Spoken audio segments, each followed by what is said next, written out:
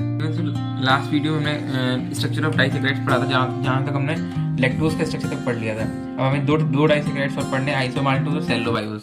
तो first structure हम पढ़ते हैं आइसोमाल्टोज। आइसोमाल्टोज का स्ट्रक्चर ये भी एक तरह का क्या है, डाइसैकेराइड है। Means it is made up of 2 monosaccharides.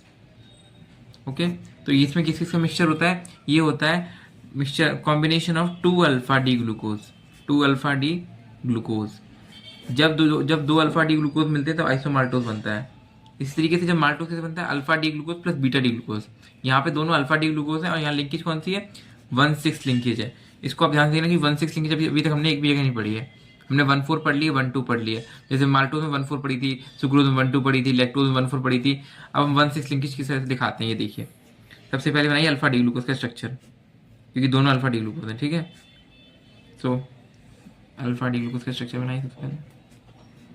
Normal सा जो स्ट्रक्चर है, अल्फा में क्या होता है, OH आपका नीचे होता है, OH थर्ड में तो OH ऊपर होता है। तो मैं बताइए आपको पहले से, बहुत बेसिक है।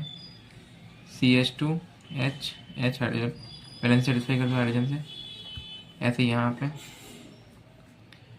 OH H OH H CH2 OH और H, ठीक है। देन यहाँ पे क्या है फिर, अब आपको 1,6 लिंकेज दिखानी है। तो ये हो गया, यहाँ पे वाटर मॉलिक्यूल निकल गया, इस तरह से कनेक्ट हो गया ये।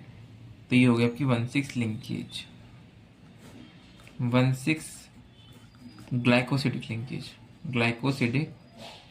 लिंकेज। अब इसका नॉमेनक्लेचर किस तरह से करेंगे, जैसे मैंने आपको लास्ट वीडियो में आपको मैंने बताया था कि इस तरह से नॉमेनक्लेचर शुरू करते हैं। जैसे for example O oxygen, O alpha D glucopyranosyl. सिल क्यों आया, क्योंकि इसके बाद भी ग्लूकोज मॉलिक्यूल है कंटिन्यूशन में। फिर लिंकेज लिख दो, 1,6 लिंकेज है। देन जैसे हम यहाँ शुरू किया था, अल्फा डी ग्लूको पायरेनो। अब यहाँ फ्री OH है लास्ट ग्रुप में, फ्री एनोमेरिक कार्बन है, तो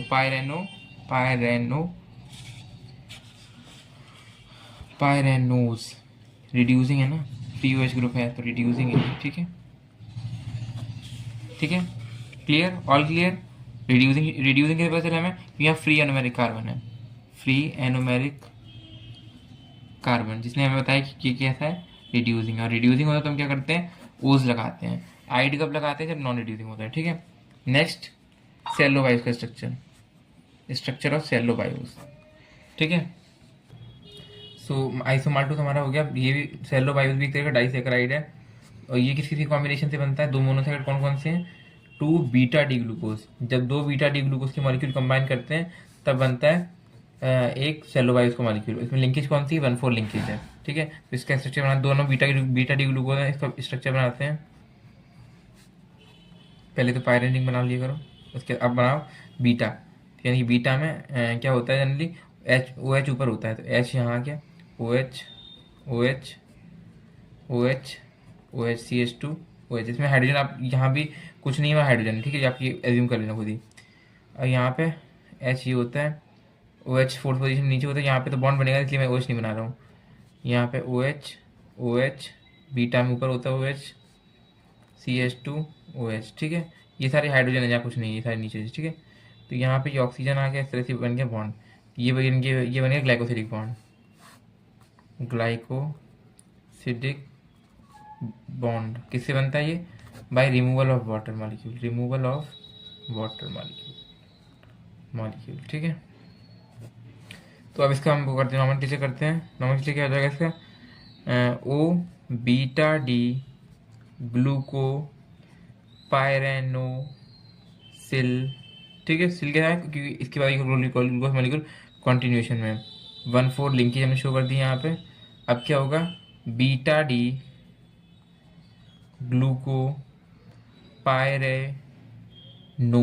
ओज क्यों आया, क्योंकि ये रिड्यूसिंग है। अब रिड्यूसिंग क्यों है, क्योंकि फ्री OH ग्रुप है, फ्री एनोमेरिक कार्बन है, तो ये क्या है, एक रिड्यूसिंग शुगर है, तो ये रिड्यूसिंग हो गया इस तरह से, ठीक है। तो इस तरह से हमने डाइसैकेराइड्स, हमारा स्ट्रक्चर ऑफ डाइसैकेराइड्स हमारा पूरा कंप्लीट हो चुका है।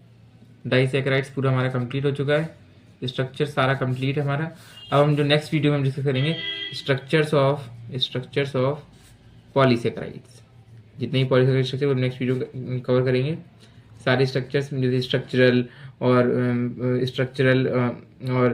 जो स्ट्रक्चर कंपोनेंट बनाता है या स्टोरेज पॉलीसेकेराइड्स हैं, और जो भी होमो हेटेरो पॉलीसेकेराइड है, म्यूको पॉलीसेकेराइड, सारे हम नेक्स्ट वीडियो में डिस्कस करेंगे सबके स्ट्रक्चर के साथ। इस तरह से हमारा पॉलीसेकेराइड्स कंप्लीट हो जाएगा।